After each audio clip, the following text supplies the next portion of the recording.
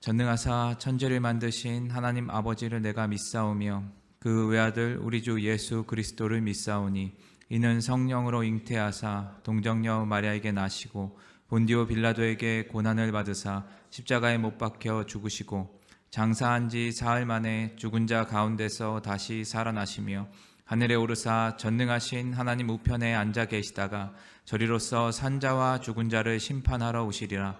성령을 믿사오며 거룩한 공회와 성도가 서로 교통하는 것과 죄를 사하여 주시는 것과 몸이 다시 사는 것과 영원히 사는 것을 믿사옵나이다. 아멘.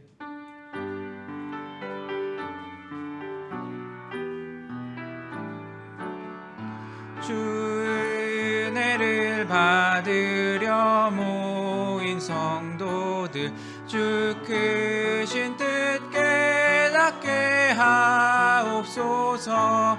내 고통의 멍에를 다 벗게 되니 날 구속하신 이를 찬양하리. 주 우리를 곁에서 인도하시니 그 거룩한 나라가 이뤄지네. 저 마귀와 싸워서 늘 승리하니 큰 영광 주께 돌려 찬양하리. 주 우리의 방패와 창검 되시니 나 승리의 주님을 따릅니다. 큰 환난을 당할 때 늘 도우시니 승전가 높이 불러 찬양하리. 아멘.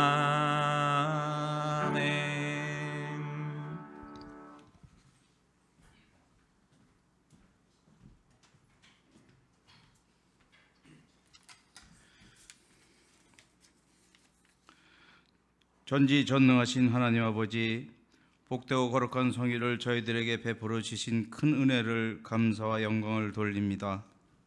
이 시간 우리가 이 자리에 모여 예배하오니 성령님 함께하여 주시옵소서. 사랑의 주님, 연약한 저희들은 지난 한 주간도 지켜 보호해 주심을 감사드립니다. 세상과 구별하여 거룩한 공동체로 우리들을 세워 빛과 소금의 역할을 감당케 하셨지만 세상의 물결 속에 빠지고 넘어져서 맡겨진 사명을 감당치 못한 저희들을 긍휼히 여기시사 용서하여 주시옵소서. 말씀에 순종하여 능력의 삶으로 인도하여 주시기를 원합니다. 역사의 주관자 되신 주님, 이 나라 이 민족을 지켜 보호하여 주시옵소서. 환난과 고난의 지난 역사 가운데서도 함께하여 주신 주님, 근본 신종 바이러스로 인해 이 나라가 두렵움과 혼란 중에 있습니다. 바이러스 침투로부터 막아 주시옵소서. 코로나 질병으로부터 치유의 은혜를 내려주시며 악의 세력을 깨뜨려 주시옵고 이름을 제하여 주시옵소서. 만천하의 창조주 하나님의 역사심을 보게 하여 주시옵소서. 특별히 관계 공무원을 비롯하여 의료 종사자 분들의 수고를 위로하여 주시고 지혜를 허락하여 주시옵소서. 유래중앙교를 이곳에 세우신 하나님 아버지, 우리 모두 말씀의 전신갑주를 입고 방황하는 많은 영혼들에게 복음을 전하는 귀한 사명 감당할 수 있기를 간절히 원합니다. 또한 다음 세대 위에 전력 투구할 수 있도록 인도하옵시고 주일 학교를 위해 애쓰고 수고하는 교육자와 교사들에게 성령 충만함을 내려주시사 능히 감당할 수 있도록 축복하여 주시옵소서. 이 시간 말씀 대원하신 담임 목사님과 함께하여 주시사 말씀 증거하실 때 듣는 저희들의 말씀을 깨닫고 새롭게 변화되는 기쁨과 평안을 내려 주시옵소서. 여러 가지 사정으로 참석치 못한 모든 성도님들에게도 동일한 은혜 내려 주시기를 원하며 우리 예배와 찬양을 흠명하신 하나님께 감사드리며 사탄의 권세를 꺾으시고 이기신 예수님 이름으로 기도합니다. 아멘.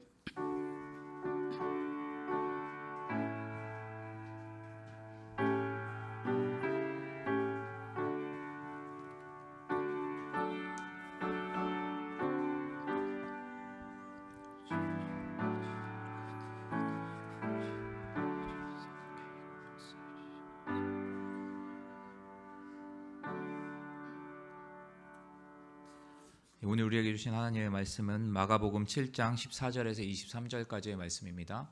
마가복음 7장 14절에서 23절까지의 말씀입니다.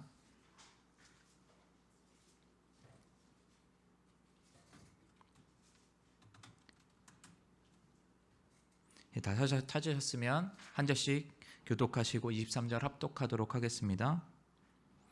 무리를 다시 불러 이르시되 너희는 다 내 말을 듣고 깨달으라.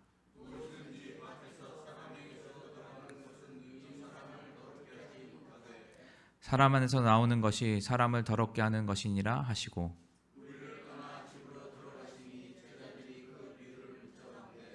예수께서 이르시되 너희도 이렇게 깨달음이 없느냐? 무엇이든지 밖에서 들어가는 것이 능히 사람을 더럽게 하지 못함을 알지 못하느냐?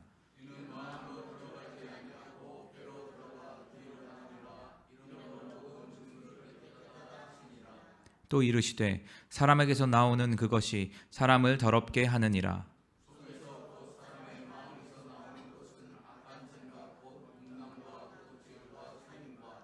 간음과 탐욕과 악독과 속임과 음탕과 질투와 비방과 교만과 우매함이니 이 모든 악한 것이 다 속에서 나와서 사람을 더럽게 하느니라. 아멘. 글로리아 찬양대가 하나님께 찬양 올려드리도록 하겠습니다.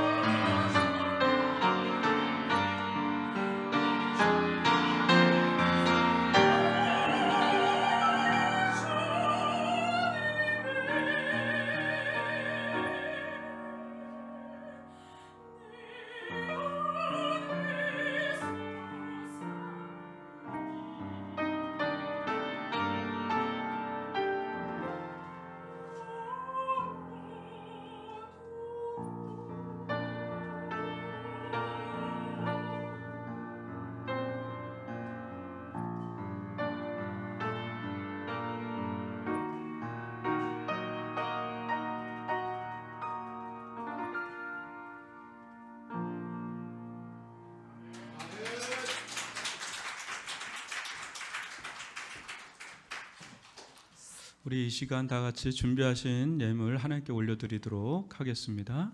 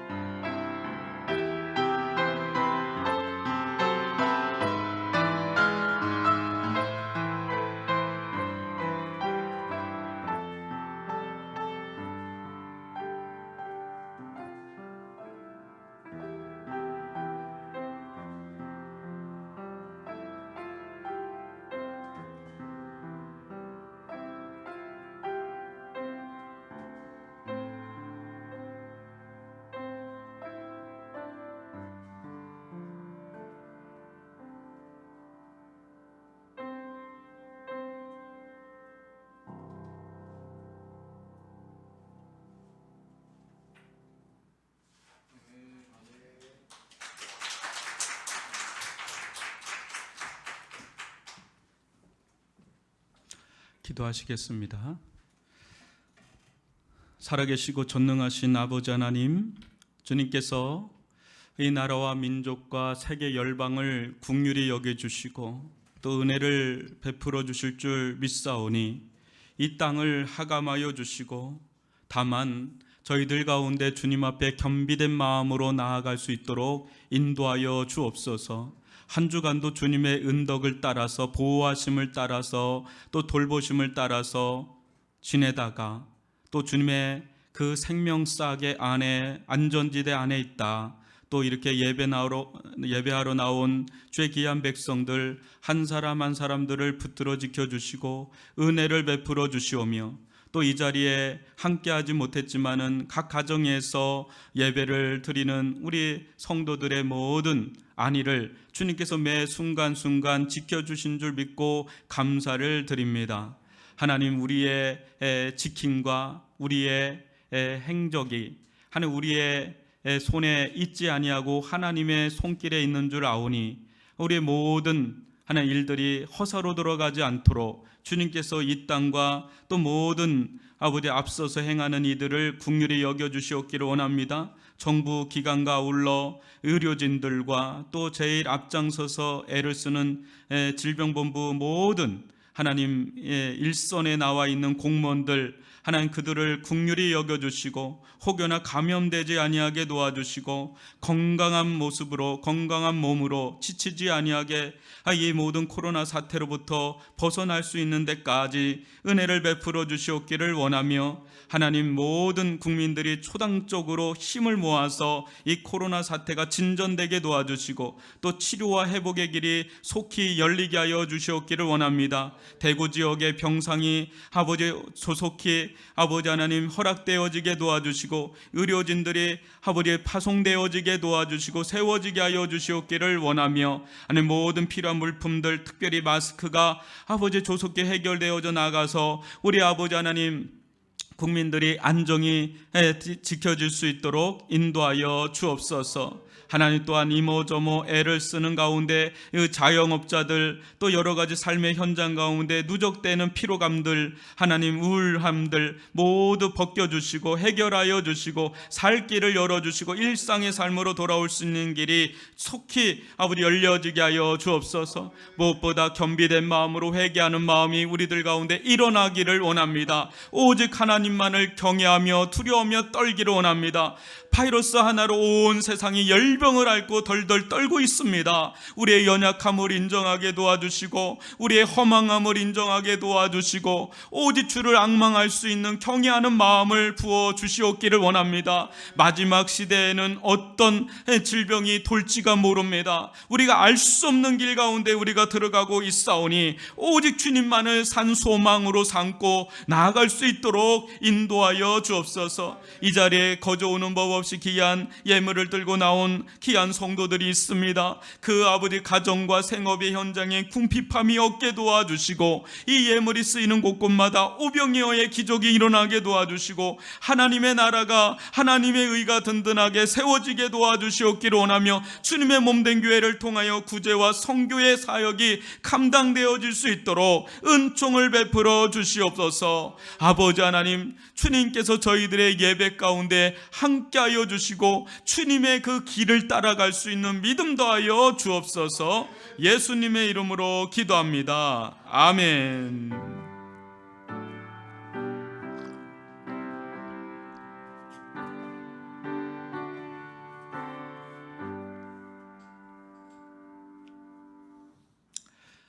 할렐루야. 한 주간도 잘 계셨지요? 지금은 국가적으로도 정부적으로도 애를 쓰고 있지만 각자 또 가정을 또 삶의 어떤 생업의 현장을 각자 잘 좀 지켜야 되겠다라는 생각이 많이 들고요.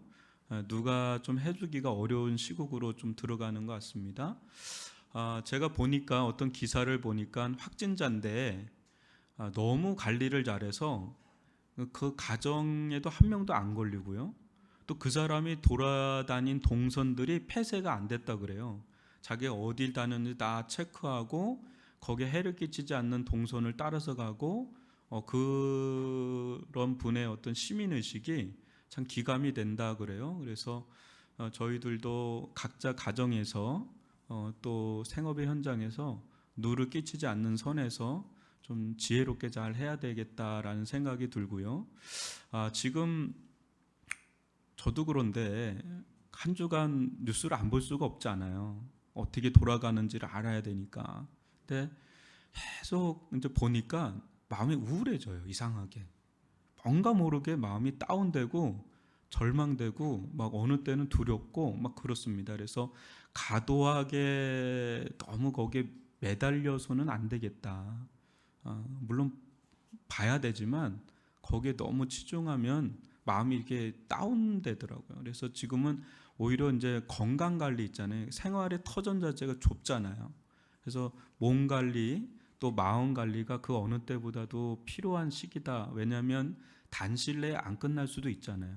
대기업들은 이미 장기전을 준비하고 있다 그러는 걸 보면 우리보다 뭔가 정보가 있는 거거든요. 그렇게 본다면 중장기적으로 좀 준비를 하는데 오히려 이때를 좀 좋게 좀 좋은 방향으로도 좀 생각하면 또 전에 못했던 부분들을 좀 할 수가 있는데 특별히 개인 예배나 가정 예배를 좀 여러분들이 어느 때보다도 기도가 필요한데 이렇게 나와서 하기는 어렵잖아요. 각 가정에서 개인 예배나 또 가정 예배로 좀 말씀을 듣고 기도하는 시간을 가족끼리 아니면 개인으로 하는 그런 시기를 맞으면 참 좋겠다라는 생각을 합니다. 그래서 저희가 다음 주로는 실시간 할 수 있는 장치를 좀 마련하려고 하고요. 또 매주 새벽 기도라든지 그 영상을 좀 찍어서 지금 좀 말씀을 들어야 될 때 같아요. 오히려 더 말씀에 더 집중하고 가정에 기도할 수 있는 영상을 찍어서 여러분들 각 문자로 또 이렇게 공지를 좀 저희들이 하겠습니다. 그래서 한 짧게라도 10분이라도 30분이라도 그 할 수 있는 내용들을 저희가 준비해서 여러분들 간단하지만 또 다른 교회를 여러분들이 참조하겠지만 아무래도 또 속해 있는 교회의 사정이나 기도 제목을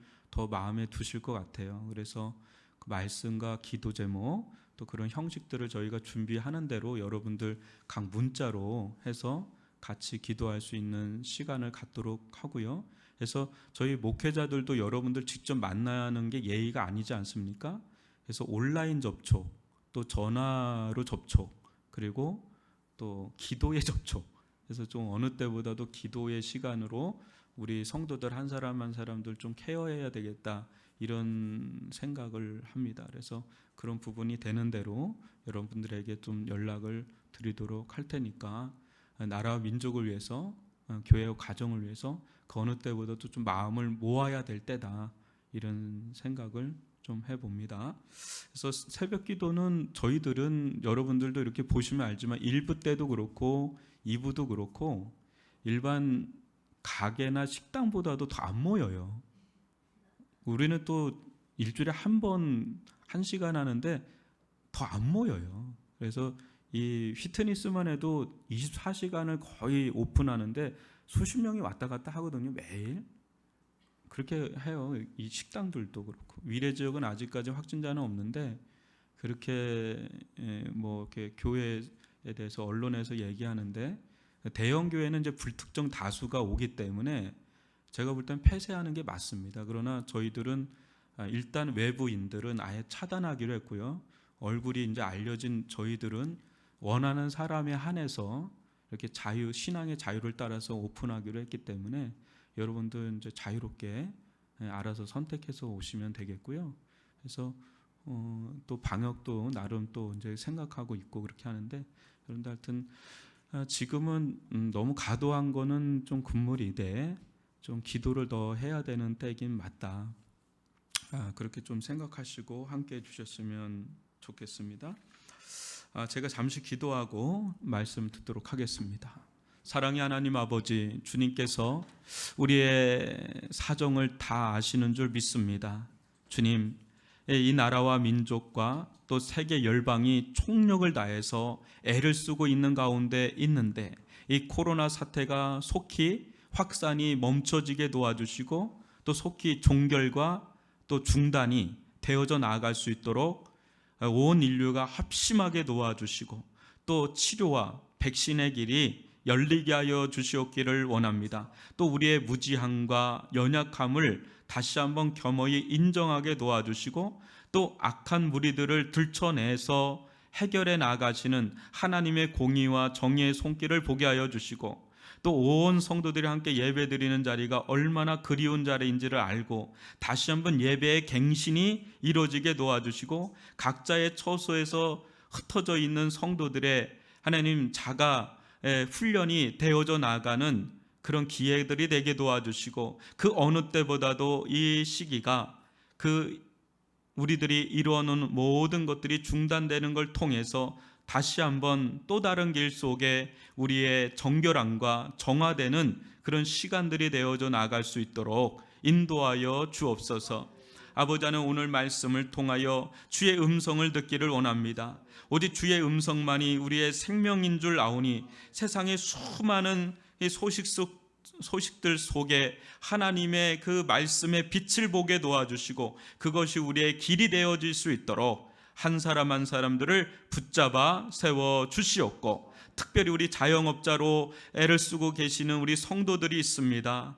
하나님 긍휼히 여겨주시옵기를 원하며 살 길을 열어주시옵기를 원하며 위로의 손길로 함께하여 주옵소서. 예수님의 이름으로 기도합니다. 아멘. 오늘은 더러움을 깨닫는 자가 거룩합니다 라는 제목으로 함께 말씀을 나누도록 하겠습니다.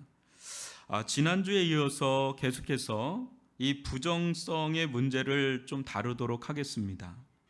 오늘날 전 세계는 코로나로 인해서 점점 더 심한 열병을 앓고 있지요. 인류는 사스와 신종플루 또 메르스를 거치면서 이 트라우마가 누적된 것 같아요. 이게 이제 한 번 하면 그런가 보다 하는데 이게 두 번, 세 번 이게 누적된 트라우마가 있지요. 또 여기에 더해서 이 코로나는 전에 한 번도 경험해 보지 못한 마치 이게 불난집에 기름을 부은 것처럼 이 누적된 트라우마를 한층 더 증폭시켰죠. 그러니까 지금은 막 사이렌이 울리는 것 같아요. 메르스 때도 이럴 정도는 아니었거든요. 왜냐하면 메르스는 병상을 통해서 했다면 지금은 지역 사회를 통해서 감염이 되니까 그 어떤 때보다도 경계가 심각 단계죠. 이게 알 수 없는 여러분 미지의 이 바이러스가 지금 4년, 5년 주기로 지금 돌고 있는 거 아시죠? 이게 딱 정확하게 4년, 5년 주기라고 합니다.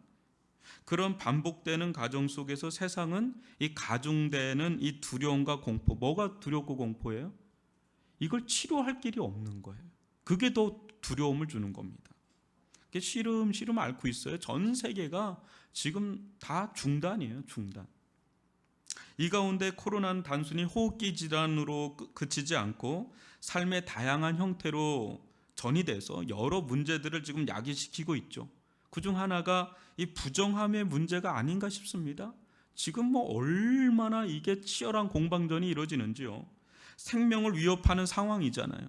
그렇기 때문에 이 문제를 더 심각하게 다루지 않을 수가 없습니다. 왜 거길 갔냐? 왜 그렇게 했느냐? 막 이런 얘기들이 지금 엄청나죠. 지금도 이 부정한 대상을 두고 이 정부 측과 야당 측은 서로 치열한 공방전을 벌이고 있지 않습니까? 왜 애당초 이 중국으로부터 유입되는 모든 이들에 대한 이 전면 금지를 하지 않았느냐? 그렇게 한 이스라엘이나 이 몽골을 봐라, 한 명도 없지 않느냐? 막 이렇게 야당 측은 이제 얘기를 하고 정부 측은 어떻습니까? 다양한 구도 속에 그렇게 할 수밖에 없었다. 또 그렇게 해도 유입되는 나라들이 있지 않느냐? 이 나라 봐라. 그런 나라들도 있지 않느냐? 오히려 중국에서 감염된 우리나라 사람이 전염시킨 것이다. 신천지를 통해서 지역 확산이 일어난 것이다. 막 하면서 그 엄청난 이 책임론, 심판론, 막 이것이 막 나올 정도 아닙니까? 저는 이런 모습을 보면서 수천 년 전 이 나병 환자를 중심으로 두고 벌어지는 이 상황이 오늘날도 여전히 존재함을 좀 보게 되었는데요. 하나님께서 다음과 같이 말씀하시는 장면이 있는데 이 레위기 13장 44절로 46절을 저와 여러분이 한 절씩 교독해 보겠습니다. 이는 나병 환자라 부정하니 제사장이 그를 확실히 부정하다고 할 것은 그 한부가 그 머리에 있음이니라.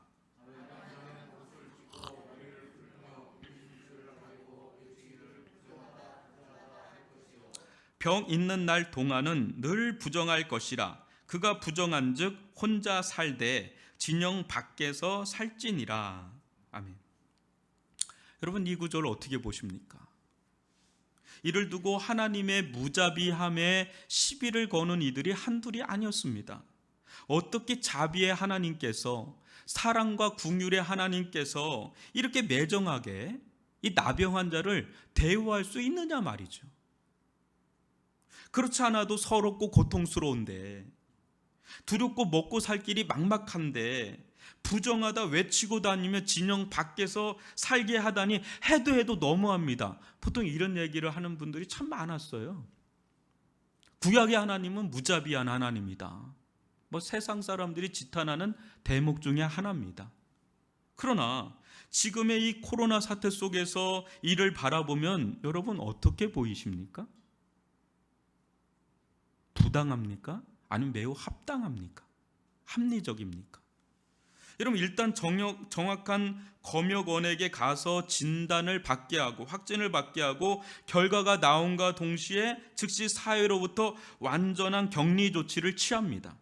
뿐만 아니라 일반 사회로 돌아올 경우 자신에 대해서 투명하게 노출하고 알려주면서 주변을 통제하게 합니다. 그리고 더 이상의 전염이나 확산이 일어나지 않도록 부정하다고 외치는 이 시스템을 가동시킵니다. 당시 의료 수준으로는 최상의 대책이 아닐까 싶은데 완전히 원청 봉쇄. 여러분 어떻게 보이십니까? 이게 부당한 겁니까? 아니면 최선의 방책일까요? 생각해 볼 대목이죠. 결국 이는 나병 환자나 그렇지 않은 자나 서로를 위한 자비의 길이었습니다. 그때 후일에 이 나병 환자가 나을 경우에 자기가 원래는 어려웠지만 그래도 사회를 더 배려한 거잖아요. 사회를 더 배려해서 자기가 진영 밖에 나가서 격리 조치를 하고 나은 거예요. 나아서 이렇게 왔을 때 사회는 어떨까요? 그렇게 사회적으로 배려의 덕을 베풀었을 때 사회는 따뜻하게 또 자연스럽게 그 나병 환자를 복귀하도록 또 받아들였겠지요. 이게 서로 자비의 길이 형성되어 있는 그 사회가 바로 하나님의 통치 아래 있었던 이스라엘 사회였다는 겁니다. 어떻게 보면 오늘날 지금 우리가 보이는 사회보다 훨씬 더 진일보된 선진화된 사회임을 좀 보게 되는 거죠. 이것이 구약시대 부정한 전염병을 다룬 하나님 사랑, 이웃 사랑의 법 질서입니다. 그러나 인류의 역사를 보면 이 농업혁명, 산업혁명, 과학정보혁명을 거치면서 통제되지 않는 것이 하나 있음을 발견하게 되는데, 여러분 그게 뭔지 아십니까? 지금 막 여러 가지 통제를 하는데 진짜 통제가 되지 않는 게 하나가 있습니다. 그게 뭔지 아십니까? 이것이 모든 인재의 뿌리입니다. 이 코로나 사태도 인재인데 그 뿌리에 해당하는 게 있습니다. 그게 뭘까요? 그것은 바로 마음에 자리 잡은 탐욕, 그릇된 욕망입니다. 욕망은 그 어떤 부정한 병보다 더 부정합니다. 근데 많은 사람들이 지금 여기는 아예 생각을 못하죠. 그러니까 세상 사람들과 하나님을 믿는 사람들의 차이가 여기서 갈려요. 참 잘 들어보세요. 1998년에 플리처 상을 수상한 제로드 다이아몬드 교수는 그를 아주 유명하게 알린 총균세라는 책을 발표합니다. 아주 유명한 책입니다.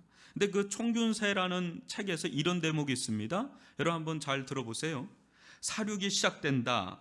스페인 군대는 말을 탄 62명의 병사와 106명의 보병이 전부였지만 자신들의 500배에 달하는 이 8만 명이 오거든요. 8만 대군과 이렇게 딱 접합니다. 그런데 아메리칸 원주민 대군을 마치 나무배드 쓰러뜨린다. 잉카인 수천 명이 죽고 그보다 훨씬 더 많은 숫자가 치명적 부상을 입지만 스페인은 한 명도 전사하지 않았다. 당시 전투에 참여했던 피사로의 동생이 참혹한 현장을 기록으로 남겼다. 피사로가 성공을 거두게 한 직접적 원인에는 총기, 쇠무기, 말 등을 중심으로 한 군사기술, 유라시아 고유의 전염병, 유럽의 해양기술, 유럽 국가들의 중한 집권적 정치 조직, 문자 등이 있다. 이 책의 제목인 총균세는 그러한 직접적인 요인들을 함축하고 있다. 그 요인들 덕분에 근대 유럽인들이 다른 대륙들을 정복할 수 있었던 것이다. 이렇게 얘기해요. 동의하시나요? 어느 정도? 여러분 근데 정복에 있어서 가장 큰 역할을 한 것은 총도 새도 아니라고 합니다. 뭘까요? 정복에 있어서 결정적인 역할을 한 게 있습니다. 균입니다. 전염병. 스페인 이주민들이 들어올 때 그들은 이 아메리카 대륙이 단 한 번도 경험하지 못한 이 천연두, 소에서 시작한 천연두, 홍역과 패스트, 그 겨룩, 거기서 시작한 패스트를 그냥 일부러는 아닌데 그냥 들고 들어옵니다. 그들의 몸 속에 그게 있는 거죠. 몸에 이렇게 이제 그들의 그 먹거리나 이런 거 다 이게 묻어 있는 거, 국균이. 이때 아메리카 대륙의 몇 퍼센트가 죽는지 아십니까? 아까 말했죠. 수천 명 죽었다 그랬잖아요. 수천 명 죽었다 그랬잖아요. 근데 균 때문에 몇 퍼센트가 죽는지 아십니까? 95%가 죽습니다. 다 죽어버려요. 왜? 항체가 없으니까. 면역력이 없으니까 다 죽어버려요. 수백 년 전에, 이렇게 들어오기 전에 수백 년 전에 이 유럽과 아시아, 유라시아는 흑사병으로 알려진 패스트를 먼저 경험합니다. 그때 전체 유럽 인구의 몇 퍼센트가 죽는지 아십니까? 여러분도 잘 아시지만 3분의 1이 죽습니다. 그 수치가 7,500만 명에서 2억 명 정도로 얘기합니다. 근데 그것이 어디서 왔냐면 중앙아시아에서 흘러 들어와서 비단길을 통해서 유럽으로 들어가면서 퍼지면서 완전히 무너져 버립니다. 그게 200년 전에 있었던 일이고, 거기서 항체가 생긴 자들이 스페인 군대가 아메리카로 가면서 그런 일이 또 일어납니다. 그러면서 제러드 다이아몬드 교수는 농업혁명은 이 유라시아에서 시작됐는데, 유럽과 아시아에서 이제 시작됐는데, 그때부터 인류는 정착화가 시작이 됩니다. 이게 정주화, 이게 모이는, 이게 이제 막 돌아다니던 수렵 생활이 아니라 이제 점점 안착이 되고 머물러 있는 그런 생활이 시작되는데, 그러면서 생겨나는 게 뭔지 아십니까? 인구의 조밀도가 생깁니다. 도시가 이제는 발달하기 시작을 합니다. 그때부터. 그러면서 농업혁명이 일어나니까 뭐가 필요해요? 노동력이 필요하니까 무슨 작업을 하기 시작하면 인간은 야생동물을 이제 가축화를 합니다. 가축화할 수 있는 종이 14종입니다. 근데 아메리카는 가축할 수 있는 게 없다 그래요. 유라시아에만 14종이 있는데 그 14종을 통해서 일단 엄청난 전염병이 돕니다. 이 천연두가 돌고 홍역이 돌고 패스트가 그 가축화하는 과정에서 돕니다. 그러면서 수없이 많은 사람이 죽고 또 저항하고, 그러면서 인류는 이제 명역을 가지게 되는 유라시아 사람들이 생기게 된 거예요. 여러분 좀 끄덕해 주세요. 이렇게 그냥 이게 좀 강의를 듣는다라고도. 그러면서 이런 말을 합니다. 한번 들어보세요. 이상에서 본 것처럼 정복의 궁극적 원인은 식량 생산과 사회 사이의 경쟁 및 확산이었다. 거기서 시작된 인과관계의 사슬에 의해 병영군, 문자, 기술, 중한 집권적 정치 조직 등 정복의 직접적 원인이 생겨나게 된 것이다. 구체적 인과관계는 경우에 따라 달랐지만 언제나 공통적인 요소는 뭐라 그래요? 조밀한 대규모 인구와 정주형 생활이었다. 이것이 오늘날도 여러분 코로나가 만약에 변방에서 생겼다면 그걸로 끝났을 거예요. 근데 어디로 들어왔어요? 처음에 대도시인 1,000만 이상이 된 우한에서 시작해서 대도시를 중심으로 지금 급속하게 퍼져나가는 대규모 조밀화, 정주화, 여기서 이제 일어나는 거예요. 농업혁명을 바탕으로 세계는 이후에 산업혁명, 과학혁명, 지금 정보혁명을 거치면서 과도한 자연 파괴가 이루어졌고요. 그러면서 도시 집약화가 가속화되고 있는데, 여러분 우리나라도 지금 보면 시골에서는 안 퍼져요. 전라남도는 한 명 몇 명 안 돼요. 다 도시에서 지금 퍼지고 있는 이런 일들. 이로 인해서 여러분 인간의 과도한 이 자연을 향한 것 때문에 서식지가 파괴가 됐고요. 서식지 파괴가 찾아오면서 아주 치명적인 각종 바이러스를 보유한 이 야생동물이 인간의 거주 영역으로 들어오게 됩니다. 그럼 그거 아세요? 지금 이걸 좀 뿌리를 알아야 됩니다. 그때 이들의 그 배설물들 속에 바이러스가 있는데, 그 치명적인 바이러스가 인간 거주 지역에 있는 가축들, 그게 소, 낙타, 사양고양이, 선상갑 이런 것들을 통해서 감염이 이제 1차적으로 감염이 일어났고, 2차 감염 매개자로서 이들이 인간 사회하고 얽혀 있기 때문에 자연스럽게 인간에게 감염되는 이런 유통 경로를 형성하게 되면서 사스, 메르스, 신종플루, 지금 코로나까지 계속해서 전이되면서 오는 겁니다. 그 대가를 인류는 과거서부터 지금까지 여전히 치르고 있는 상황이에요. 근데 앞으로 또 4년, 5년 주기로 일어난다면 어떤 일이 일어날지 모르는데, 어떤 기도를 하시고 막 이런 분들은 마지막 시대에는 알 수 없는 질병에 걸려서 죽어나가는 사람들 많을 거다라는 얘기를 공공연하게 합니다. 과학은 극도로 발달하는데 알 수 없는 질병이 한 번 도니까 전 세계가 지금 열병을 앓고 있어요. 인간의 오만이죠. 여러분, 알고 보면 이 모든 것은 인간의 탐욕이 부른 자연의 보복이요 부메랑인 셈이에요. 선을 넘지 말아야 되는데 너무 넘어버리는 거예요. 자연을 너무 파괴하는 겁니다. 결국은 다 부메랑처럼 다 다가올 거라는 거죠. 여러분, 이런 지금의 사태 속에서 과연 무엇이 부정한가요? 박쥐입니까? 아니면 천상갑이나 사양 고양이입니까? 아니면 이 발원지인 중국입니까?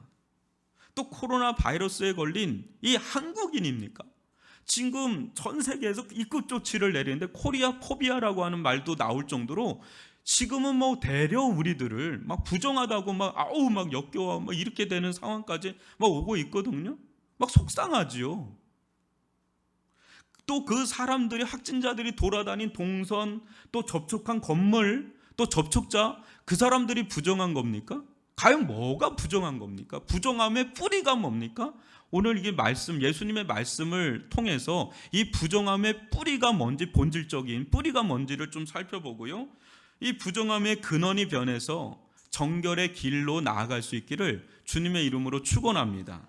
여러분 14절로 16절을 볼 텐데요. 저와 여러분이 한 절씩 읽어보겠습니다.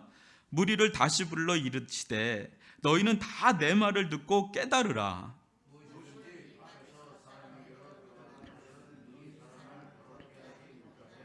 사람 안에서 나오는 것이 사람을 더럽게 하는 것이니라 하시고, 예수님은 먼저 무리들에게 비유로 중요한 것을 가르치십니다.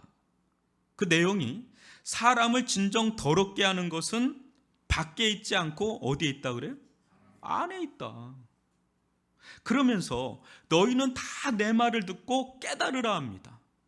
너는 다 내 말을 듣고 깨달으라. 예수님은 이제 중요한 것을 주로 비유를 통해서 쉽게 가르쳐 주시지만, 여러분 비유라는 게 어때요? 직접적인 어떤 설명이 아니라 이렇게 애둘러서 이렇게 좀 쉽게 비유해서 하는 거기 때문에 이게 풀리지 않으면 어떻습니까? 비유는 풀리지 않으면 아주 엉뚱한 해석을 할 수도 있어요. 여기 신천지 보면 비유풀이라는 게 아주 유명하잖아요. 성경 안에 보면 아주 비유로 된 걸 아주 회개망측하게 하는데 거기에 또 턱턱 넘어가는 사람들 보면서 여기 있는 분들 대부분 어떻게 저럴 수 있지 하는데 그렇게 된대네요. 그러니까 또 엉뚱한 해석하는 사람이 있고, 또 풀리지가 않으니까 어때요? 베일에 쌓여 있기가 쉽습니다. 이게 풀리지 않으니까 이게 뭔지, 이게 대체 무슨 뜻인지 잘 모르는 거죠. 여러분들은 어떻습니까? 지금 이 말씀만 듣고 무엇인가 중대한 깨달음이 오십니까? 사람을 더럽게 하는 것은 밖에 있지 않고 안에 있다. 이 말을 듣고 여러분들이 뭔가 중대한 깨달음이 옵니까? 어떻습니까? 좀 밋밋하지 않습니까? 저는 좀 준비하는데 그냥 좀 밋밋해요, 솔직히 말해서. 사람이요, 무엇인가를 깨우친다는 것은 일생일대의 혁명적인 사건이 됩니다. 여러분, 우리가 변화되려고 하는데 변화되기를 원하죠. 근데 쉽게 변화됩니까? 이게 변화되는 게 쉽지 않아요. 왜 그러냐면 깨우침이 없기 때문에 그래요. 우리가 뭔가를 깨닫잖아요. 그러면 단순해요. 뭔가 단순한데 또 전에 알고 있던 것인데 깨달으면 그게 새롭게 다가와요. 그렇구나. 이 깨달음은 다른 겁니다. 알고 있는 것과 딱 깨닫는 거 마음에 와닿는 거예요. 마음에 크게 와닿는 겁니다. 그러면 사람은 안 변화될래야 안 변화될 수가 없어요. 우리는 변화되기를 원하나 하나님은 우리로 하여금 깨닫기를 원하십니다. 깨닫기를 원하세요. 사람은 깨닫는 만큼 변화되고요, 깨닫는 만큼 살게 되는 줄 믿습니다. 깨달으셔야 돼요. 지금 이걸 깨달으라고 했으니까 깨달아야 되는데, 지금 무리들도 그렇고 제자들도 그렇고 도통 무슨 말인지 깨닫지 못한 모양입니다. 여러분 17절로 19절을 한번 보세요. 저와 여러분 한 절씩 읽어보죠. 또 무리를 떠나 집으로 들어가시니 제자들이 그 비유를 묻자온대.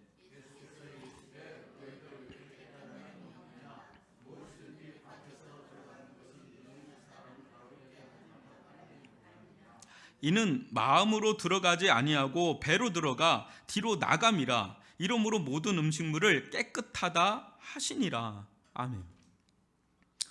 여러분, 너희들이 지금 음식물로 정하냐 부정하냐 하는데 음식물은 그냥 안으로 들어갔다 밖으로 나가기 때문에 마음에 하등 영향을 미치지 못한다. 그게 너희들을 정결하게 깨끗하게 할 수 있는 게 아니다라는 걸 얘기를 하시는 거예요. 여러분, 비유가 무슨 뜻인지 물어오는 제자들에게 예수님은 한탄하듯 말씀하시잖아요. 너희도 이렇게 깨달음이 없느냐. 오병이어 사건도 보고 무리를 걷는 사건도 보면서 어떻게 무리들 수준을 벗어나지 못하는 이 제자들에게 이 답답한 심정을 그냥 말씀하시는 거예요. 여러분, 이 스승은 어때요? 하나를 알면 열을 알기를 원하는 게 스승의 마음이잖아요. 제자들을 보면서 하나를 알면 10개를 깨우치고 막 이래야 스승이 가르칠 맛이 나는데, 하나를 알려줘도 그 하나를 모르고 열을 알려줘도 열을 모르니까 얼마나 예수님께서 답답하시겠어요. 그 얘기를 하시는 겁니다. 좀 깨달아야 되는데 어떻게 무리들 수준밖에 안 되느냐, 뭐 이런 겁니다. 그러면서 음식물에 대한 새로운 선언을 하시는데, 이 구약 전통 속에 살던 당시 사회로서는요, 이 선언은 마치 유대 이 놀이터에 떨어진 핵폭탄과도 같은 이 충격적인 발언을 하십니다. 뭐냐면 모든 음식물을 깨끗하다 하시는 거예요. 모든 음식물을 깨끗하다. 이 말을 들으면 우리는 그렇게 와닿지 않는 거예요. 왜? 그런 사회가 아니잖아요. 근데 유대 패러다임 속에 있던 사람들은 이 말은 거의 충격적인 겁니다. 여러분, 유대 모세 오경에 기초하면 음식물을 가지고 부정한 음식물 또 정한 음식물을 이렇게 구별하고 그거를 따라서 어떤 수많은 세부적인 조항과 전통들을 만들었잖아요. 그래서 손을 씻어야 된다, 이런 음식물은 먹으면 부정하다, 이런 음식물을 먹으면 정하다, 막 이렇게 어떻게 막 이런 것들로 가득 차 있었던 사회에서 모든 음식물을 깨끗하다고 선언하시면 완전히 충격이죠. 근데 이 선언은 실상은 모든 음식물로 인한 종교적인 억압과 틀로부터의 자유선언이에요. 이제는 더 이상 음식물 가지고 이건 정하니 이건 부정하니 이건 이렇게 해야 되니 이건 저렇게 해야 되니 이걸로부터 완전히 해방하게 한 예수님의 대선언입니다. 만약에 그렇지 않았으면 우리도 이렇게 해야 돼요. 계속 뭘 먹으면 안 되고, 족발 못 먹습니다, 여러분. 그런 거 못 먹고 그래요. 그렇다고 또 이상한 거 먹지 마시고요. 박쥐 먹고 이러면 안 되는데 너무 많이 먹어요. 우한 시장 보니까 저번 다큐멘터리로 나왔더라고요. 별의별 놈의 것들을 다 먹더라고요. 거기서 배설물이 얽히고 설키면서 그게 퍼진다고 그래요. 그건 가도한 겁니다. 이 지점에서요, 그런데 이 유대교와 기독교가 이제는 나뉘어지게 되는 지점이 또 음식물이에요. 그런데요, 음식물을 지키래 만에 이런 걸로 우리가 거룩해지고 그런 게 아니다라는 걸 예수님이 말씀하세요. 좀 더 본질적인 걸 건드립니다. 여러분, 외식화, 형식화, 종교화, 이런 것들이 진행될수록 사람이 어떻게 됩니까? 본질을 들여다보기보단 겉모습, 보여지는 비주얼, 또 외적인 형식에 매이게 됩니다. 그러다 더 심해지면 속이 더 이상 겉을 따라갈 수가 없는 지경이 돼요. 계속 겉에만 변화를 추구하니까 속이 못 따라가는 거예요. 속의 변화는 안 이루어진 채 계속 겉모습만을 추구하니까 못 따라가는 지경이 되면서 이원화되고, 거기서 이제는 갭이 생기고, 거기서 아주 종교적인 이상한 자아가 형성이 되는데, 어때요? 위선적인 종교적 허상 자아가 형성이 됩니다. 이때 가장 큰 피해자는 누구입니까? 남들을 속일 수는 있어요. 근데 실제 진짜 피해자는 바로 본인 자신이에요. 본질을 놓치고 있기 때문에 자신이 어떤 자인지 또 누구인지도 모른 채 그냥 속는 거예요. 나는 이렇게 사니까 나는 이런 사람인가 보다 하고 계속 외적인 추구를 하는데, 이것이 가장 위험한 종교적 열성주의자들이에요. 종교적 열성주의자가 되면 계속 외적으로 뭔가는 추구하고 자기는 그런 사람이야 막 그러는데 실은 자기가 속고 있는 거예요. 가장 위험한 사람들 중에 하나입니다. 지금 신천지는 대부분 이쪽 부류에 속해 있는 사람, 자기 속은 어떤지를 모르고 그냥 겉으로만 열성적으로 뭔가 하는데 그때 상식선도 넘어가고 자기 속에서 무슨 일이 일어난지도 모르고 그냥 열성적으로 막 달려나가는 그 속에 엄청난 외식과 위선과 가증만과 가식이 팽배하게 되는 허상이 형성이 된다는 거죠. 여러분, 주님은 음식물은 그냥 음식물일 뿐이다라고 말씀하십니다. 음식물은 그냥 음식물일 뿐이다. 그것은 하나님의 창조 질서를 따라서 입으로 들어가서 배로 내려갔다가 뒤로 그냥 나오는 그냥 깨끗한 피조물이다라는 거예요. 그런데 여기에 과도한 의미를 부여해서 그것이 마치 우리의 영혼과 마음, 인격에 실질적인 영향을 미쳐서 정결케 하거나 더럽게 하기라도 하는 것처럼 여긴다면 이것이야말로 엄청난 무지와 어둠의 소치가 아니고 무엇이겠냐? 그것은 우리에게 어떤 거룩한 영향을 미칠 수가 없다라는, 그냥 그거는 음식물일 뿐이다라는 것이죠. 사랑하는 성도 여러분, 진짜 사람을 더럽게 하는 것은 무엇일까요? 그 음식이 우리를 더럽고 그게 아니라 정말 사람을 더럽게 하는 것은 무엇일까요? 여러분 20절로 23절을 저와 여러분이 한 절씩 교독해 보겠습니다. 또 이르시되 사람에게서 나오는 그것이 사람을 더럽게 하느니라.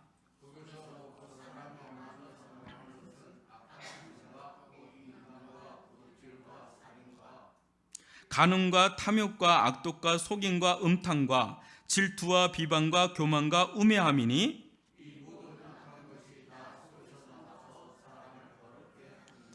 여러분 이게 우리가 사람이 외적으로 더럽혀지면 어때요? 그냥 씻으면 그만이잖아요. 씻으면 그냥 우리가 지나가다 뭐 물 튀기고 뭐 그렇게 하면 뭐 옷을 빨면 되고 몸에 튀면 그거 뭐 그냥 씻으면 그냥 그걸로 그냥 깨끗해지잖아요. 그런데 이 마음에서 나오는 이 더러움, 이 마음에서 나오는 더러움은 어떻게 할 수가 없는 겁니다. 이 마음에서 나오는 거기 때문에. 정말 사람을 더럽게 하는 것은 뭡니까? 정말 사람을 더럽게 하는 건 뭐예요? 마음에서 나오는 거. 마음에서 나오는 거를 구체적으로 뭡니까? 악한 생각들, 이렇게 나오죠. 악한 생각들. 이 복수형으로 나와 있어요. 이것이 사람을 얼마나 추하고 더럽게 하는지 몰라요. 이것이 결국은 아까도 뭐 말을 했지만 결국 이 세상을 더럽게 하고 오염시키는 것은 인간의 마음에서 나오는 그 악한 생각들이다라고 하는 거죠. 문제는 이게 씻어지지가 않아요. 이 더러운 생각들, 마음들, 이거 씻을래야 씻을 수가 없잖아요. 물질적인 게 아니니까 씻을 수가 없고, 또 문제는 뭐냐면 계속해서 샘물처럼 우리 마음속에 계속해서 이게 흘러나오는 게 문제예요. 더 큰 문제는 계속해서 이게 나오는 게 문제입니다. 예수는 그 구체적인 것들을 12가지로 나열하시는데 음란, 도둑질, 살인, 간음, 탐욕, 악독, 속임, 음탕, 질투, 비방, 이 교만, 음해함. 앞에 6가지는 복수형이고 뒤는 단수형으로 쓰여 있는데 이 12가지에서 우리가 자유로울 사람이 있습니까? 이거 하나하나를 놓고 깊이 들어가면 우리는 굉장히 많이 찔려요. 엄청나게 이게 찔리고 막 그럴 겁니다. 여러분, 우리가 종교적인 껍질을 깨고 참된 신앙에 들어가게 될 때 어떤 일이 일어나죠?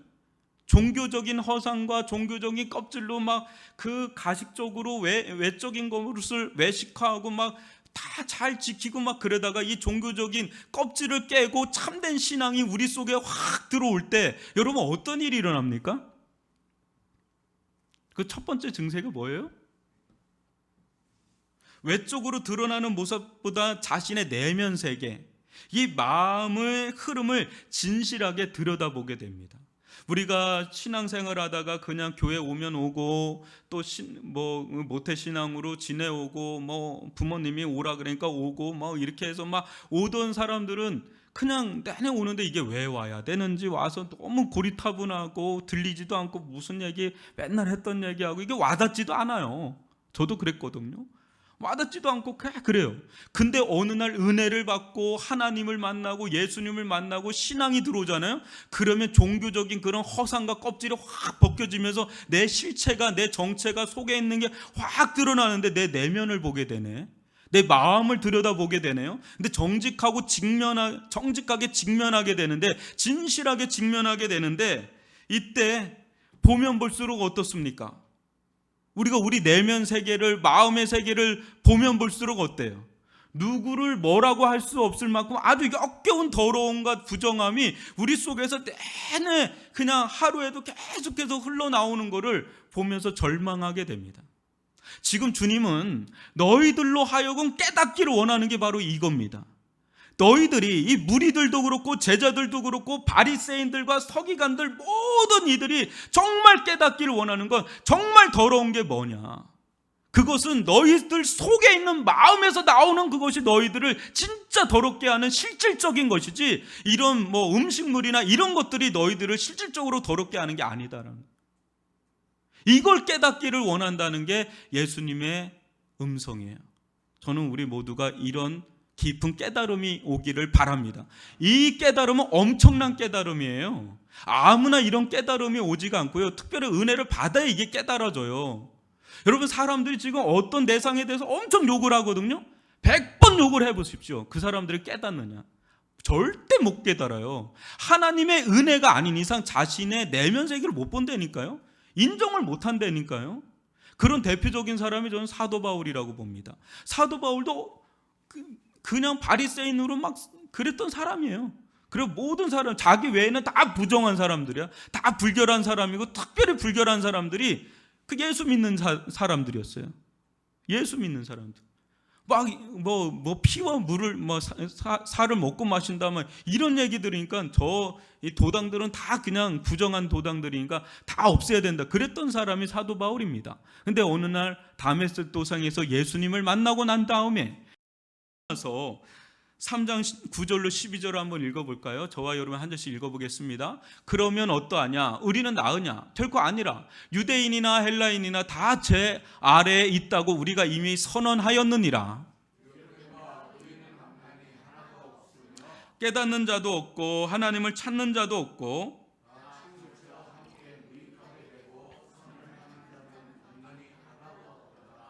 예, 그래요. 모든 인류 자체가 다 제 아래에 있다는 거예요. 의인은 없나니 하나도 없다는 거. 누구를 부정하다고 논할 수가 없다라는 거. 다 부정하다는 겁니다. 왜요? 그 내면 자체가, 마음 자체가 부정하기 때문에 이게 계속해서 흘러나오는, 전제적으로 부정한데 뭘 한들 그게 안 부정할 수 있겠어요? 그러면서 사도 바울이 예수님을 만나면서 변화되죠. 그러면서 그는 자신에 대한 자각을 더 깊이 있게 해나가기 시작하는데, 사도로서 초기에 그의 고백을 한번 들어보십시오. 고린도전서 15장 9절과 10절을 한번 교독하겠습니다. 나는 사도 중에 가장 작은 자라. 나는 하나님의 교회를 박해하였으므로 사도라 칭함받기를 감당하지 못할 자니라.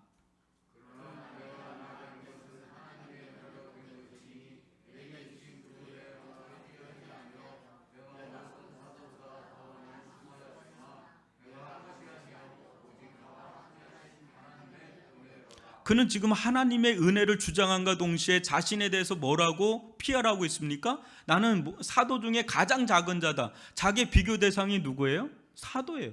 사도하고 수많은 12사도와 여러 사도들과 비교해 볼 때 자기는 가장 작은 자다라는 고백을 안 할 수가 없어요. 자기의 내면 세계와 마음을 들여다보면 볼수록 자랑할 게 없어요. 그냥 그저 자랑할 건 하나님의 은혜밖에 없고 의지할 건 하나님의 은혜밖에 없다라는 고백을 하면서 사도들과 비교해요. 그러나 이 사도 바울이 중기로 넘어가면서는 어떤 고백을 하는지 에베소서 3장 7절과 8절을 또 교독해 보겠습니다. 이 복음을 위하여 그의 능력이 역사하시는 대로 내게 주신 하나님의 은혜의 선물을 따라 내가 일꾼이 되었노라.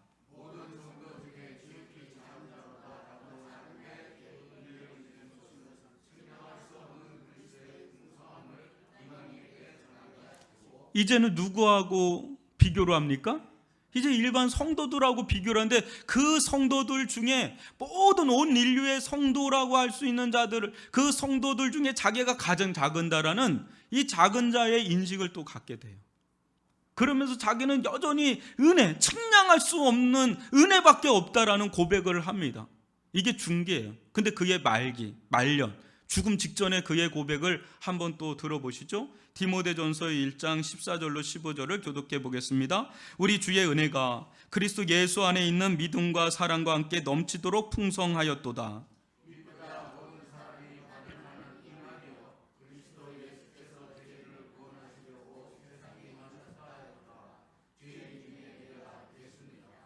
예수께서 죄인들을 구원하시러 세상에 임하셨도다. 그렇다면 죄인 중에 우두머리를 찾으신다면 바로 접니다. 이렇게 고백하는 사도 바울을 봅니다. 여러분, 이제 사도 바울 누구하고 비교해요? 세상 모든 사람들과 비교를 해요. 그러면서 자기가 뭐래요? 죄인 중에 괴수다, 우두머리다. 그래. 그가 받은 은혜와 우리가 받은 은혜는 다른가요? 그럼 뭐 특별하게 다른 은혜를 또 특별하게 받은 건가요? 아닙니다. 그가 받은 은혜, 십자가에 달리신 예수 그리스도의 은혜와 내가 받은 은혜는 똑같아요. 근데 무엇에서 그는 더 그 은혜가 깊어진 것입니까? 어디에서? 자신의 겉모습이 아닌 내면, 이 마음을 끊임없이 들여다보는 정직한 직면에서 비롯된 거예요. 자신을 보면 볼수록 정말 아무 소망이 없는 겁니다. 우리 자신을 정직하게 진실하게 들여다보면 볼수록 어떻습니까? 솔직히 부정하기 한이 없습니다. 더럽게 한이 없단 말이죠. 하루에도 얼마나 악한 생각들이 올라오는지요. 12가지 그것들이 얼마나 우리들 속을 더럽히는지 모릅니다. 제 아무리 거룩한 사도 중에 사도라 할지라도 죄인 중에 우두머리를 찾으신다면 바로 저입니다라고 만약에 정직하게 나아간다면 이 고백을 안 할 수가 없는 거예요. 누가 누구를 탓하고 욕할 수가 있겠습니까? 그런 자가 어떻게 자기에게서 소망을 찾을 수 있겠어요? 사도 바울은 자기의 의로 구원받으려고 노력했던 사람인데 자기를 이제 알고 보니까, 자기를 발견하고 보니까 자기에게 소망을 둘 수가 없는 겁니다. 어떻게 스스로에게 구원의 어떤 여망을 찾을 수가 없는 거예요. 그가 이런 자에게 절실하게 필요한 건 뭡니까? 오직 은혜밖에 없는 거예요. 은혜밖에 없는 거예요. 스스로 도저히 정화할 수 없다는, 내가 스스로는 어떻게 깨끗하게 될 수가 없다는 처절한 깨달음 속에 절대적으로 은혜밖에 나는 없구나, 이걸 동시에 깨닫는 게 바로 제대로 신앙이 들어온 자들의 모습인 줄 믿습니다. 자기를 보게 돼요. 자기의 내면을, 마음을 들여다보게 된다고요. 그러면서 자기의 종교적 열심, 종교적 의, 내가 하는 모든 것들이 얼마나 허망한지, 이것이 나를 구원할 수 없다는 처절한 깨달음이 온단 말이죠. 거기에 소망이 없다는 거죠. 그러니 사도 바울이 왜 그토록 십자가에 달리신 예수님을 의지했는지는 아주 자명해집니다. 그 길 외에는 절대적 부정에서 이 절대적 정결로 구원받을 수 없기에 그렇습니다. 죄의 코로나를 잡을 수 있는, 퇴치할 수 있는 유일한 백신은 오직 십자가에서 흘리신 보혈밖에 없기 때문에 그는 결사적으로 예수 그리스도의 십자가만을 의지할 수밖에 없는 믿음의 사람이 됩니다. 우리도 그러한 종들이 되기를 주님의 이름으로 축원합니다. 여러분, 고린도전서 2장 2절을 한번 읽어보겠습니다. 시작. 내가 너희 중에서 예수 그리스도와 그가 십자가에 못 박히신 것 외에는 아무것도 알지 아니하기로 작정하였습니다. 그냥 아무 생각 없이 그랬을까요? 분명하게 깨달음이 있기 때문에 그런 겁니다. 그러면서 히브리서 9장 14절도 읽어보겠습니다. 시작. 하물며 영원하신 성령으로 말미암아 흠없는 자기를 하나님께 드린 그리스도의 피가 어찌 너희 양심을 죽은 행실에서 깨끗하게 하고 살아계신 하나님을 섬기게 하지 못하겠느냐. 예전에 동물의 피도 우리를 깨끗게 했는데 예수 그리스도의 피가 어찌 너희를 깨끗하게 할 수 없더냐 하면서 예수 그리스도의 보혈을 강조하는 거예요. 그 길밖에 없어요. 인류의 유일한 소망입니다. 예수 그리스도의 피는. 여러분, 요한일서 1장 7절도 읽어볼까요? 시작. 그가 빛 가운데 계신 것 같이 우리도 빛 가운데 행하면 우리가 서로 사귐이 있고 그 아들 예수의 피가 우리를 모든 죄에서 깨끗하게 하실 것이요. 아멘. 우리를 진실로 정결케 하고 깨끗게 할 수 있는 것은 오직 예수 그리스도의 피밖에 없는 줄 믿습니다. 우리의 영혼, 우리의 마음, 우리의 인격의 중심부까지 파고 들어올 수 있는 것은 오직 예수 그리스도의 피밖에 없는 줄 믿습니다. 이 예수 그리스도의 피가 우리를 실질적으로 우리의 죄를 죽이고 죄의 권세로부터 해방시키고 우리의 죄를 용서하는 능력의 보혈인 줄 믿습니다. 오늘날은 두 가지 양상이 두드러지게 나타나는 시대입니다. 하나는 그 어느 때보다 외적으로 보여지는 것을 맹렬하게 추구하는 시대입니다. 사람들은 외모에 신경을 쓰고 비주얼에 신경을 쓰고 자신의 욕망과 야망을 따라서 더 큰 거, 더 큰 거, 더 큰 거 하면서 외적으로 보여주고 외적으로 누리는 거에 대해서 혈안이 돼서 지금 달려나가는 온 세상을 지금 하나님은 스탑시켜놨어요. 전 그렇게 보거든요. 완전 스탑이에요. 일시정지죠. 일종의 일시정지. 그런데 여러분 보세요. 그러면 인간의 사회는 더 나아져야 되지 않습니까? 더 좋아져야 되고 더 행복해져야 되지 않습니까? 그런데 그러면 그럴수록 그 어느 때보다도 내면 세계가 이렇게 붕괴된 시대가 없어요. 내면 세계가 무너져서 끙끙 앓고 있는 시대예요. 그게 선진국일수록 더 심해집니다. 우리나라가 선진국화로 들어가면 들어갈수록 온갖 정신적인 이 무너짐, 질환, 이걸 얼마나 많이 겪고 있는지 몰라요. 왜 그렇죠? 왜 그럴까요? 이전에는 없었던 걸 겪고 있잖아요. 공황장애, 대인기피증, 불안 증세, 이름 말할 것도 없어요. 우울증, 이름 말할 거 없어요. 이게 한두 사람이 아니에요. 이미 어마어마합니다. 이게 코로나에 감염된 사람보다 더 많아요. 알고 보면. 사람들 심각하게 안 봅니다. 하루에도 자살로 죽어가는 사람은 코로나로 죽어가는 사람보다 더 많습니다. 사람들이 가장 심혈을 기울여야 할 부분을 방치한 결과예요. 사람들은 외적인 거에 보여지는 거에 너무 그냥 관심을 과도하게 갖는데 문제는 정작 자신의 내면 세계, 마음이 무너져 있어요. 리모델링이 안 돼요. 이게 생각도 부정적이고 마음도 부정적이고 세속주의가 되었든 종교주의가 되었든 자신의 마음을 놓칠 때 자신을 놓치는 겁니다. 그리고 하나님을 놓치는 겁니다. 소망이 없는 시대예요. 그렇게 외적인 모습에만 치중하게 될 때 내적으로 이 텅 빈 자리를 무엇이 차지할까요?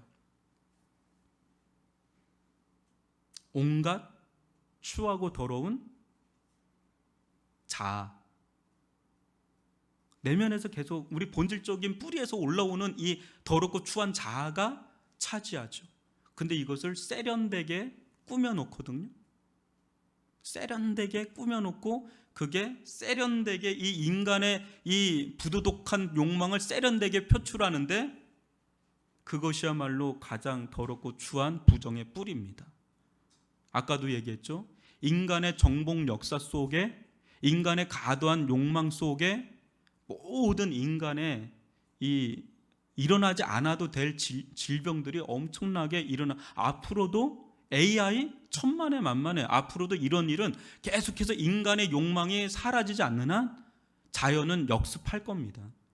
어마하게 역습할 겁니다. 사람은 근데 이걸 부정의 뿌리로 보지를 못하죠. 왜? 외적인 것을 계속해서 추구하니까요. 지금 우리나라는 코로나로 홍역을 앓듯 고통하며 신음하고 있습니다. 이때 코로나 자체를 욕하는 사람은 없어요. 왜? 코로나 그 바이러스 자체는 비인격성을 가지고 있잖아요. 그렇잖아요? 코로나 자체를 누가 욕해요? 그건 어쩔 수 없는 자연재해다 이렇게 얘기합니다. 근데 문제는 인격성을 지닌 인간의 추하고 더러운 어떤 모습의 환멸을 느낍니다.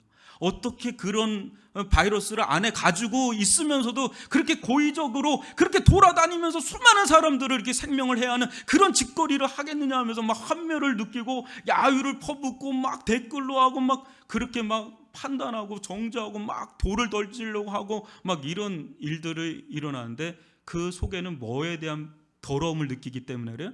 그 사람의 내면에서 마음에서 나오는 그 역겨움, 그 도덕적인 그 부패성, 그것들을 더 더럽게 여기잖아요. 우리들도 그걸 인정하는 거예요. 세상 사람들도 다 인정하는 거예요. 그래서 결국은 부정의 뿌리는 탐욕이구나. 인간의 마음이 정말 더러운 거구나. 그걸 스스로들 다 인정하잖아요. 하나님을 믿든 믿지 않든 말이죠. 근데 문제는 뭡니까? 진짜 문제는 이 마음의 이 더러움이요, 내재화되어 있어요. 이걸 우리가 이렇게 빼내고 집어넣고 이게 할 수가 있는 게 아니라 그냥 존재화되어 있고 내재화되어 있기 때문에 이게 이제 답이 없어요. 해결할 수가 없어요. 어떤 윤리, 복지, 교육 이걸로 아무리 해도 이게 해결이 안 돼. 왜? 우리 내면의 뿌리로 박혀 있기 때문에. 그게 진짜 문제예요. 그러니까 아무리 그 사람들을 욕을 해도요, 안 된다니까요. 안 변화돼요. 사람은 아까 안 변화돼요. 변하고 싶죠. 누구나 변하고 싶은데 안 변화돼요. 왜? 내가 존재화가 그렇게 돼 있어요. 내재화돼 있기 때문에 안 변화돼요. 오직 주님의 은혜의 손이 아니면, 주님의 거룩한 손이 아니면 이게 해결될 수 없음을 믿습니다. 왜 예수 그리스도 하는지 여러분 아셔야 되는 거죠.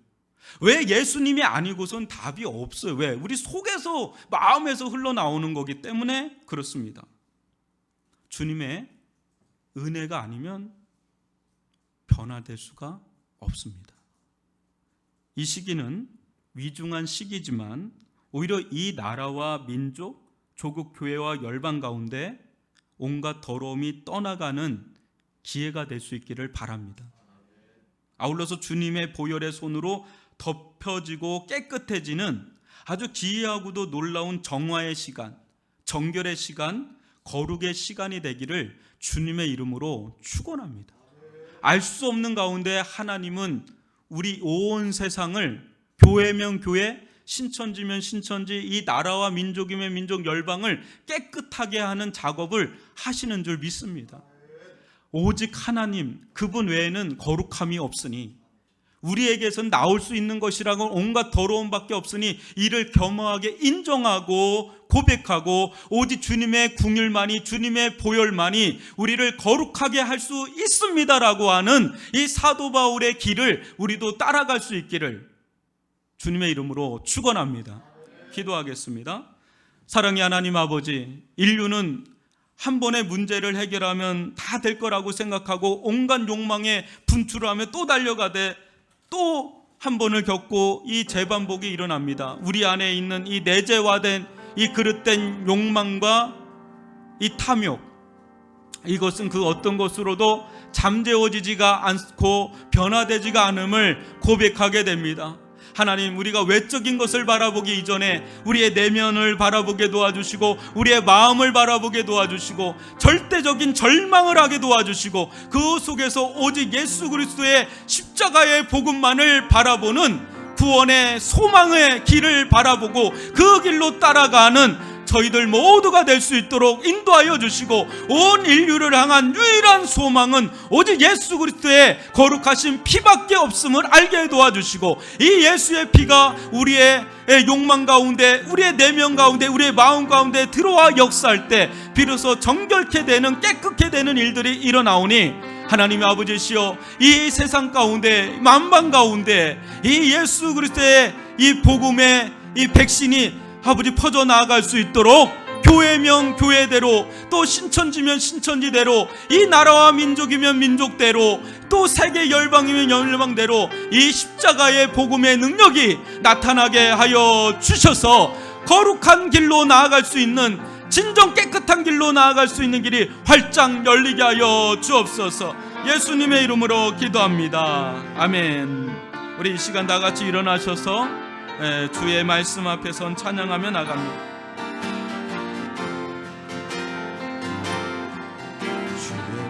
주의 말씀 앞에서 당신은 참된 예배자 그토록 찾으시던 하나님의 기쁨 이 세상을 향한 거룩한 생명 빗대어 이 세상을 위한 구원의 소망 되어 영원한 하나님의 나라 함께 세워가리. 주의 부르심 따라 주의 부르심 따라 당신의 삶을 드릴 때 세상은 당신 안에서 주의 영광 보리라.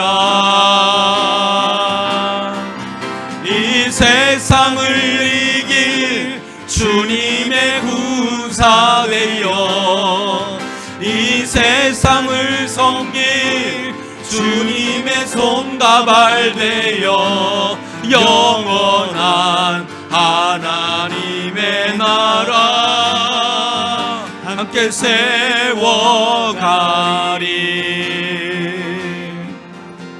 우리 이 시간 나라와 민족을 위해서 기도합시다. 또 조국 교회와 또 이레중앙교회와 우리 가정과 생업의 현장을 위해서 기도합시다. 코로나로부터 막아주시고 또 정결하게 하시고 깨끗하게 하여 주시되 또 그보다 더 본질적인 뿌리를 보게 합시다. 또 우리의 마음의 뿌리를 봅시다. 우리의 마음 속에 있는 더럽고 추한 것들을 주님의 보혈로 깨끗하게 해달라고, 정결하게 해달라고, 오직 그것만이 온 인류 또 우리의 가정 또 나의 유일한 소망이 됨을 절대적인 은혜를 구하는 심령이 되게 해달라고 우리 시간 주여 한번 부르면서 기도합시다. 주여 오 아버지 하나님, 저희들 가운데 함께 해주심을 감사합니다. 은혜를 베풀어 주심을 감사합니다. 이 나라와 민족을 긍휼히 여겨주시옵기를 원합니다. 코로나 바이러스를 또 온전히 자유케 해주시고 해방되게 도와주시고 깨끗하게 해주시고 치유 회복의 길이 열리게 하여 주시옵기를 원합니다. 주여 저희를 긍휼히 여겨주시옵소서. 은총을 베풀어 주시옵기를 원합니다. 인도하여 주시옵기를 원합니다. 더 이상 전염되지 아니하게 도와주시고 확산되지 아니하게 도와주시고 자신을 커밍아웃하고 투명하게 나가게 도와줘서 이 나라와 민족과 대구 지역과 하나님 전 지역과 하나님 아버지 중국과 전 세계 이 코로나의 종식이 종결이 일어나게 도와주시되 우리의 인간의 탐욕과 욕망이 불는 이 인대를 아버지 잠재워주기를 원합니다. 이 욕망의 아버지 하나님 열망을 아버지 내려놓기를 원합니다. 자연을 파괴하지 않기를 원합니다. 자연을 해하지 않기를 원합니다. 창조의 질서를 따라 나아갈 수 있기를 원합니다. 우리의 마음의 악한 생각들이 예수의 볼로 깨끗해지기를 원합니다. 정결해지기를 원합니다. 이 나라와 민족을 지켜주시고 조국교회를 지켜주시고 위례중앙교회를 지켜주시며 우리의 가정과 생업의 현장을 아버지 하나님의 보호하여 주시고 지켜주시옵기를 원합니다. 아버지 하나님 긍휼히 여겨 주옵소서. 그 어느 때보다 회개해야 될 때입니다. 회개의 영을 부어주시고 하나님을 경외하게 도와주시고 절대적인 궁유를 구하는 저희들의 심령이 되어지게 하여 주시옵기를 원합니다. 주여 인도하여 주옵소서. 저희는 정말 아무것도 아닙니다. 주여 저희의 교만과 오만과 자만을 용서하여 주옵소서. 주여 저희를 긍휼히 여겨주시옵기를 원합니다. 인도하여 주옵소서.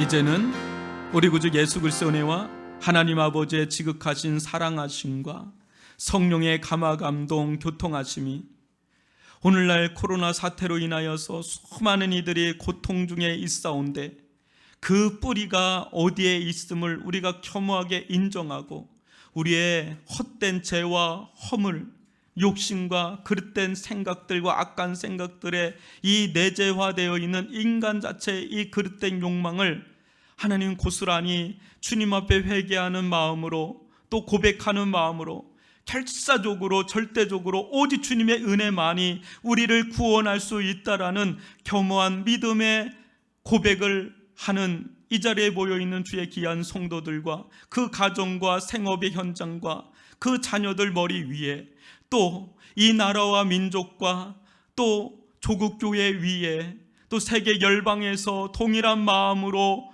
예배드리며 경배하며 머리 숙인 모든 뭇성도들 그 머리 위에 이제로부터 영원토록 함께 있을지어다. 아멘.